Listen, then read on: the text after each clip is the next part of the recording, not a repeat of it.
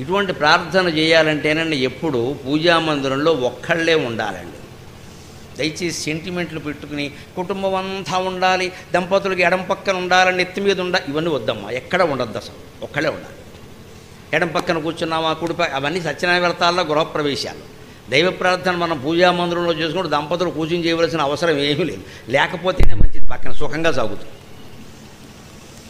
ఆడవాళ్ళు ముఖ్యంగా పూజా మందిరంలో పూజ చేసుకోవాలంటే ఇంట్లో ఉండే ఆడవాళ్ళు అదృష్టవంతులమ్మా. మొగుడు పిల్లలు వెళ్ళిపోయాక తలుపేసేసి కాలింగ్ బెల్ కోసం వైర్ కట్ చేసేసి చేసుకోండి శుభ్రంగా. 24 గంటల్లో అమ్మవారు కనపడుతుంది, అంత అదృష్టవంతులు.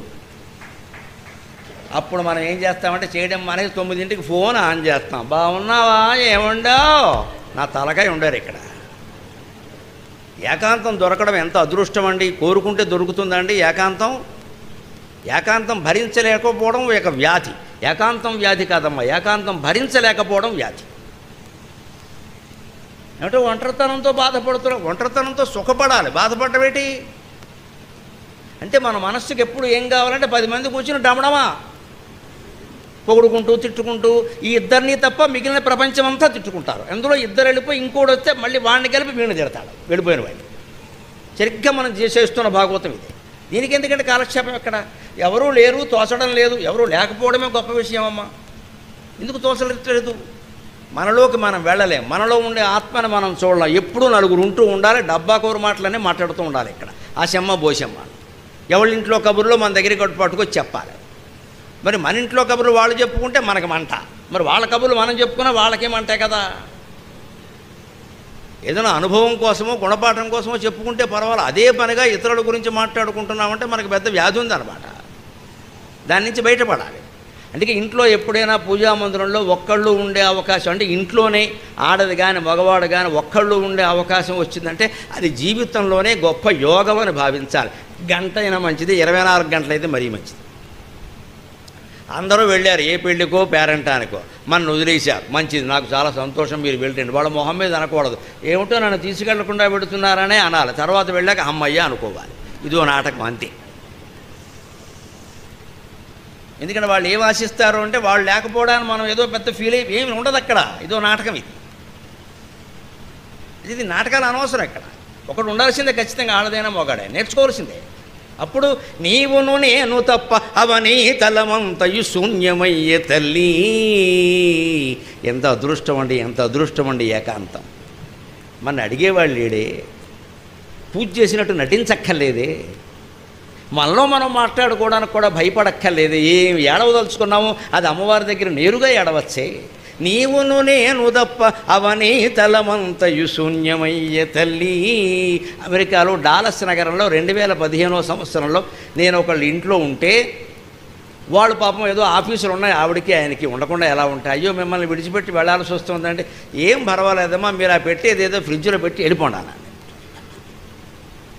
బయట తాళం వేసుకెళ్ళిపోమని చెప్పాను నాకు సుఖంగా. మళ్ళీ ఆ తాళాలు నాకు తెలియదు, ఎందుకు వచ్చిన గొడవ. మీరు తాళం వేసుకెళ్ళిపోండి, నాకు బయట ప్రపంచంతో పనేమి లేదు, నన్ను ఇక్కడ వదిలేయండి, మీరు వెళ్ళిపోండి. నా చదువుకుందుకు నా పుస్తకాలు ఉన్నాయి, నా పద్యాలు నాకు, నా పైన నేను అవధానని ఆశువుగా పద్యం పాడుకోగలను. నాకేం లోటు, నాకు ఇష్టం వచ్చిన పద్యం పాడుకుంటాను, కొత్త సృష్టించుకుంటాను. మీరేం బెంగ పెట్టుకోకండి అమ్మ, మీరు వెళ్ళిపోండి అంటే ఎవరినో పక్క వాళ్ళని వండి మళ్ళీ అదో డిస్టర్బెన్స్ అని చెప్పాను. వాళ్ళు ఏవో 16 వండుతారు, తినే వరకు చంపుతారు నన్ను. ఇక్కడ నువ్వేదో వండావు కదా తల్లి, అక్కడ పెట్టే ఫ్రిడ్జ్లో పెట్టే, నువ్వు వెళ్ళిపో అని చెప్పాను. తింటానులే అని చెప్పాను. అది తినేసి వాళ్ళు వెళ్ళిపోయాక వాళ్ళ ఇంట్లో లలితాదేవి చిత్రం ఉంది. వాళ్ళు అక్కడ కూర్చున్న భద్రరాజు కృష్ణమూర్తి గారు, ప్రభ గారైనా డాలస్లో ఉంటారు. వాళ్ళ ఇంట్లో ఉండి అప్పుడు పొందిన అనుభూతి, లలితాదేవి ఎదురుగా ఉంటే నాకు అనిపించింది ఇక్కడ, నీవును నేను తప్ప అవనీ తలమంతయు శూన్యమయ్యే తల్లి.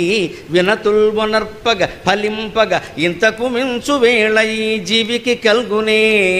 వినతుల్వనర్పగ ఫలింపగ ఇంతకు మించు వేళ ఈ జీవికి కల్గునే. నన్ను వశీకృతు నిన్వనరించు, నన్ను వశీకృతు నిన్వనరించు తావక ఆశావక సుస్మితంబులు. నన్ను వశీకృతు నిన్వనరించు తావక ఆశావక సుస్మితంబులు. నిరంతరమున్ స్ఫురించుగావుతన్. ఒక్క అమ్మవారి ఫోటో నేను తప్ప ఏం లేకపోతే నాకేమనిపించింది అంటే, మన ఎదురుగా ఉంది అమ్మవారు, ఇంకేమిటి వీళ్ళందరూ ఎందుకు ఇక్కడ, మన ఇంట్లో ఉన్నప్పుడు కూడా మనకింత ఆనందం కలగలేదే. ఇది అమెరికా అయితే, అండమాన్ దీవి అయితే మనకే అమ్మవారు ఎదురుగా ఉంది అక్కడ. ఇంకేమిటి, అమెరికా లాంటి దేశాల్లో ఒక గొప్ప సౌకర్యం అండి ఏమిటంటే ఏకాంతం బాగా దొరుకుతుంది. అది అనుభవించగలిగిన వాడు అమెరికాలో సుఖంగా ఉంటాడు.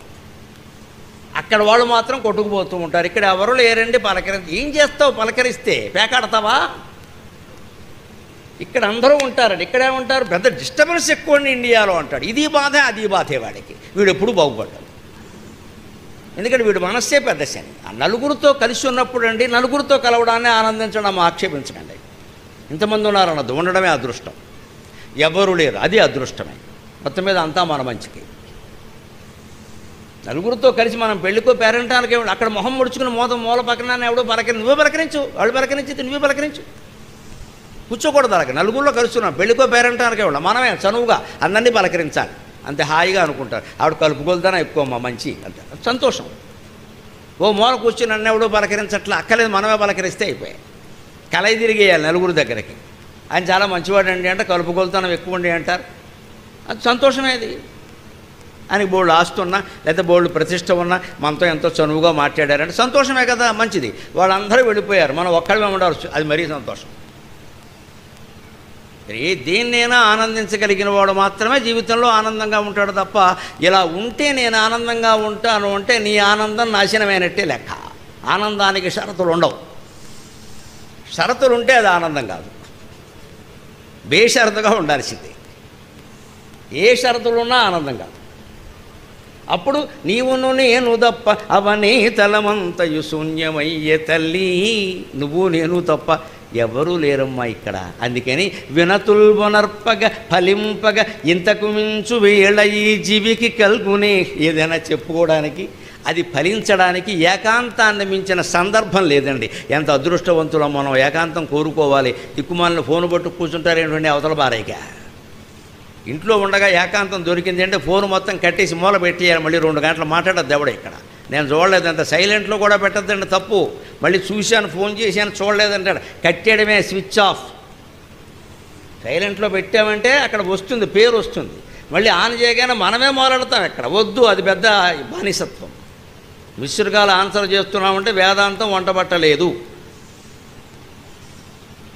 విసురుగాలంటే అర్థం ఏంటి, వాడెవడో చేశాడు మళ్ళీ వాడే చేసుకుంటాడు. ఏదే ఎవడైనా కానీ దేవేంద్రుడు అని మనకు అనవసరం, మనకు అవసరం లేదు. ఆయనకు అవసరం ఉంటే చేసుకుంటాడు.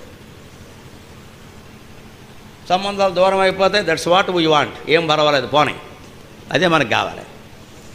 ఇదే వేదాంతం. దాన్ని వంట పట్టించుకోలేక బాధపడుతూ ఉంటాం మనం. దూరం అయితే అవునాయి, ప్రతివాడు దూరం అవుతాడు. ఎంత మంచివాడైనా దూరం అవుతాడు.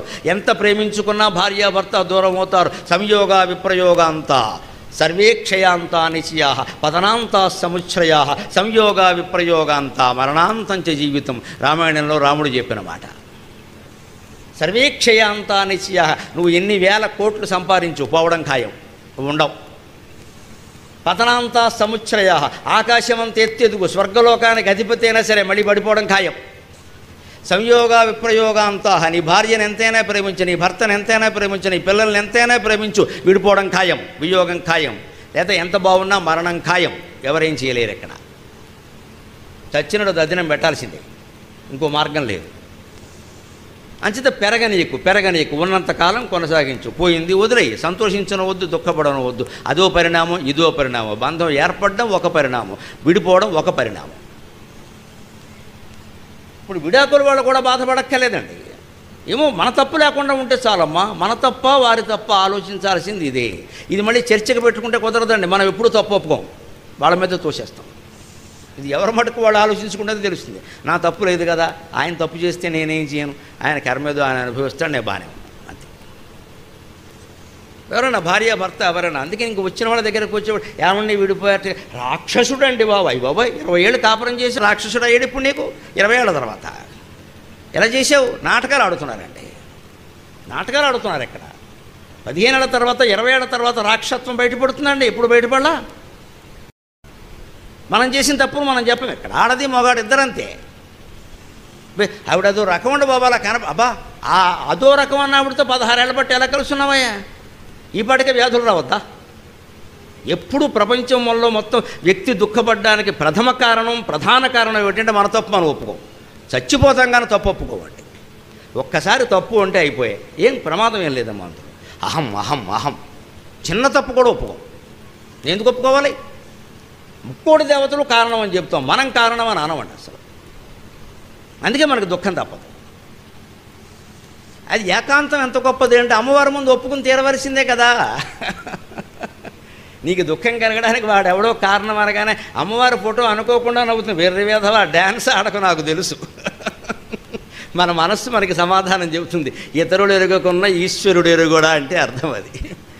ఎవరినో మనం తప్పుని చెప్పి అమ్మవారి దగ్గర చెప్పామనుకోండి, మన మనస్సు ఏమంటే నాటకం ఆడుతున్నావు, నువ్వు కాదు మోసం చేసింది ఆవిడంటమే అనవసరంగానో, వెంటనే లోపల నుంచి వస్తుంది. అదే అమ్మవారు, మనస్సే అమ్మవారు. శాస్త్రం ఉంది, శంకరాచార్య చెప్పినప్పుడు ఆత్మాత్వం గిరిజామతి సహచరా ప్రాణాహ శరీరం గృహం.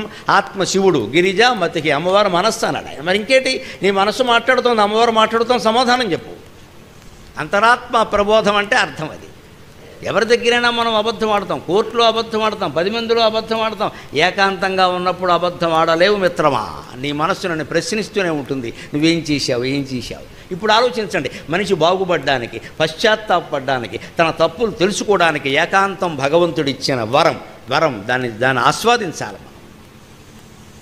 కనీసం దేవుడి దగ్గరైనా ఒప్పుకుందామండి. ఎంత పాపం చేసినా పోతుందమ్మా, నేను గ్యారంటీ ఇస్తున్నా. మీరు పూజ చేస్తే పోతుందో లేదో నాకు తెలియదు, పుష్కరాల్లో స్నానం చేస్తే పోతుందో లేదో నాకు తెలియదు, 12 జ్యోతిర్లింగాలు దర్శిస్తే పోతుందో లేదో నాకు తెలియదు. మీ ఇంట్లో పూజా మందిరంలో 2 చేతులు భగవంతుడి పాదాల మీద పెట్టి తప్పు చేశాను నాయనా క్షమించు, ఇంకోసారి చేయడం అంటే తక్షణం పోతుంది. పంచమహాపాతకాలు పోతాయి. వెంటనే అమ్మవారు మనకిచ్చే సమాధానం ఏమిటంటే, అది నా లీలరా, ఇందాకే కదురా చెప్పావు, కంప్యూటర్లో పేర్చాను, హృద్వాసనలో పెట్టాను, దవున్గూడి వినోదం అందాక నేను మా ఆయన ఆడుకుంటున్న ఆటలో నువ్వు పావైపోయావు వెర్రివాడా. ఇంతకాలానికి తెలుసుకున్నావు, సంతోషం బిడ్డ, నీ పాపాలన్నీ పరిహారం తీసేయి. ఎప్పుడు ఈ జగత్తు మన జీవితంతో సహా భగవంతుడి లీల అని గ్రహించగలుగుతామో అప్పుడు మన పాపాలన్నీ పోయినట్టే, మనలో మనమాట పుణ్యాలు కూడా పోయినట్టే. దానికి అంగీకరించాలి. ఒకటి పోవడం ఉండదండి, 2 పోతాయి. కోరుకోవలసింది అదే, మనకు అదే నచ్చదు. పుణ్యాలన్నీ ఉండాలండి. పుణ్యాలేమో నా లీల, పాపాలేమో దేవుళ్ళ లీల. కుదిరేది కాదు అది అలా కుదరదు. మొత్తం పోతాయి. మొత్తం పోయినప్పుడే మనిషి ఆనందంగా ఉంటాడు. ఎందుకంటే పసిపిల్లాన్ని చూడండి మీరు, ఎందుకంత ఆనందంగా ఉంటాడు పసిపిల్లాడు. నిర్ద్వంద్వో బాలవద్ధీమాం ఏవమేవ వ్యవస్థితక. అష్టావక్ర గీతలో చెబుతాడు, బాలుళ్ళా బతుకు అంటాడు. చిన్నపిల్లలు చూడండి, ఇందాక వచ్చిన పిల్లలు లాంటి వాళ్ళు ఎంత నిర్మలంగా ఉంటారండి, ఎప్పుడూ ఆనందంగానే ఉంటారు. వాడికి కావలసిన చాక్లెట్ ఏదో వాడికి వారేస్తే 2 గంటలు మన జోలికి రాడు. మనకి చాక్లెట్ కాదమ్మా, చతుర్యుగాలు రాసిచ్చినా మనకి సంతృప్తి కలగదు. ఇక్కడ ఇంకా 14 ఉన్నాయి కదండి, వాడి సంగతి ఏమిటంటాం మనం. ఇక్కడ వాడు చిన్న చాక్లెట్తో సంతృప్తి పడ్డాడు, వాడు గొప్పవాడు, వాడు దేవుడు. అల్ప సంతోషం. చిన్నపిల్లల నుంచి నేర్చుకోవలసింది అదే. వాడు కావలసింది ఏదో ఇచ్చేస్తే ప్రశాంతంగా ఉంటాడు. మనం అప్పటికే మనం గొడవ చేస్తూనే ఉంటాం. బాల్యం అంటే అజ్ఞానం అనక్కల, బాలుల్లో జ్ఞానం కూడా ఉంది, యోగిత్వం ఉంది బాలుల్లో. నిర్ద్వంద్వో బాలవద్ధీమా అని అంటాడు అష్టావకుడు. చిన్నపిల్లాళ్ళ బతకడం నేర్చుకో అంటాడు. చిన్నపిల్లాడు ఎవరైనా దండం పెట్టారేమో పట్టించుకోలేదే. మనం ఏమంటాం, ఏంటి అసలు ఎవరు నమస్కారం చేయరేంటి, ఈ మధ్య పెద్దలంటే గౌరవం పోయింది. పెద్దలంటే గౌరవం కాదు, ఈయనకి నమస్కారం చేయలేదు, వచ్చిన ఇబ్బంది అది. ఈయన ఫీల్ అయిపోతున్నాడు ఇక్కడ అహంకారంతో. వాడు పెడితే నీకే, పెట్టకపోతే నీకే. దానికోసం పెద్దలంటే గౌరవం పోయింది, సంస్కృతి తెలియకుండా పోయింది. ఎన్ని మాట్లాడతాడో అసలు. ఈ నమస్కారం ఒకటి నువ్వు ఆశించకుండా ఉంటే ఏ గొడవ లేదు ఇక్కడ. వాడు చేస్తే నీకే, చేయకపోతే నీకే. వాడు నేర్చుకుంటాడు లేదా మానేస్తాడు. అంటే వెంటనే మనం ఒప్పుకోగానే అమ్మవారు చేసే పని ఏమిటంటే, నాకు అప్పగించావు కదా, అయిపోయింది కదా, ఇదంతా నా లీల, వదిలేనే చూసుకుంటా. పంచమహాపాతకాలు పోతాయి. చిన్న విషయాల గురించి మనం బాధపడక్కల. అంటే చేసిన పాపమేనా, చేసిన పుణ్యమేనా తరచు గుర్తు చేసుకోవడమే మనం చేస్తున్న పాపం. ఇంత పుణ్యం చేశానని గుర్తు చేసుకోవడం, అయితే ఈ పాపం చేశానే అని బాధపడ్డా. ఈ 2 పాపం, ఈ 2 బలహీనత. అందుకే వివేకానందుడు బలహీనతే మహాపాపం, బలమే పుణ్యం అంటాడు. బలహీనత అంటే ఇదే, గతాన్ని గుర్తు చేసుకుని బాధపడ్డాం. దాని నుంచి మనం బయటపడగలగాలి ఖచ్చితంగా. అందుకని ఫలింపగా ఇంతకు మించు వేళ ఈ జీవికి కలుగునే. మరి ఏం కావాలయ్యా ఇంతకీ? ఏకాంతంలో నన్ను ప్రశ్నించావు కదా అంటే, పూజించావు కదా అంటే, నన్ను వశీకృతు నిన్వనరించుతావకాశావక సుస్మితములు నిరంతరమున్ స్ఫురించుగావుతన్. మన దేవతా చిత్రాలు వేటినైనా గమనించండి మీరు. అమ్మవారు కానీ, శ్రీరాముడు కానీ, శ్రీకృష్ణుడు కానీ, చివరికి వానర ముఖంతో ఉండే ఆంజనేయ స్వామిని, గజముఖంతో ఉండే వినాయకుడిని మీరు గమనించండి. హిందూ దేవతా శిల్పాలలో అత్యంత విశిష్టత ఏమిటంటే ఎప్పుడూ దేవుడు నవ్వుతూనే ఉంటాడు, నవ్వుతూనే ఉంటాడు, నవ్వుతూనే ఉంటాడు. మీరు లోపల వినాయకుడిని చూడండి, ఏనుగు ముఖంలో ఉండదండి, నవ్వుతున్నట్టే ఉంటుంది. ఆ శిల్పికి తెలుసు, ఆ కళ్ళల్లో నవ్వే కనపడుతుంది. ఏ దేవుడు మీరు ఆంజనేయ స్వామి వానర ముఖం అంటే మామూలుగా కోతిని చూస్తే మనమేం ఆనందించు, కానీ ఆంజనేయుడు చాలా అందంగా ఉంటాడు. మరి వానరానికి అందం, ఆయన ఆంజనేయుడు. వానరుడు అంటే ఎలా నువ్వు? ఆంజనేయుడు వేరు, వానరుడు వేరు. ఆయనలో ఉండే జ్ఞానం, భక్తి ఆయన అలా చేసింది.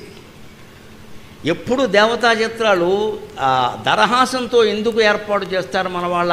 ఆ వ్యవస్థ ఎందుకు అలా ఉంది అంటే, ఆ నవ్వు నమ్ముకో, ఆ నవ్వు నమ్ముకో, నువ్వు కూడా అలా ఉండు. దేవుడు నవ్వుతున్నాడు, ఆనందంగా ఉన్నాడు, నువ్వేం పాపాత్ముడు అని అనుకోవడం లేదు, భయపడక అనవసరంగా. అందుకని ఆశలు రేకెత్తించే నీ చిరునవ్వు ఉందే, అది నిరంతరమును స్ఫురించుగావుతాను. ఇంకా నాకేం అక్కర్లేదమ్మా, అది చాలు. పైగా అమ్మవారి చిత్రాలలో ఒక విచిత్రం ఏమిటంటే, ఒక లలితాదేవి విగ్రహం తప్పితే కామాక్షిదేవి కానీ మిగిలిన విగ్రహాలు కానీ అభయహస్తం తప్పకుండా ఉంటుందండి. లలితాదేవికే ఉండదు. దానికి సౌందర్యలహరిలో స్వామి వేరే వ్యాఖ్యానం చెప్పారు, అది వేరే విషయం.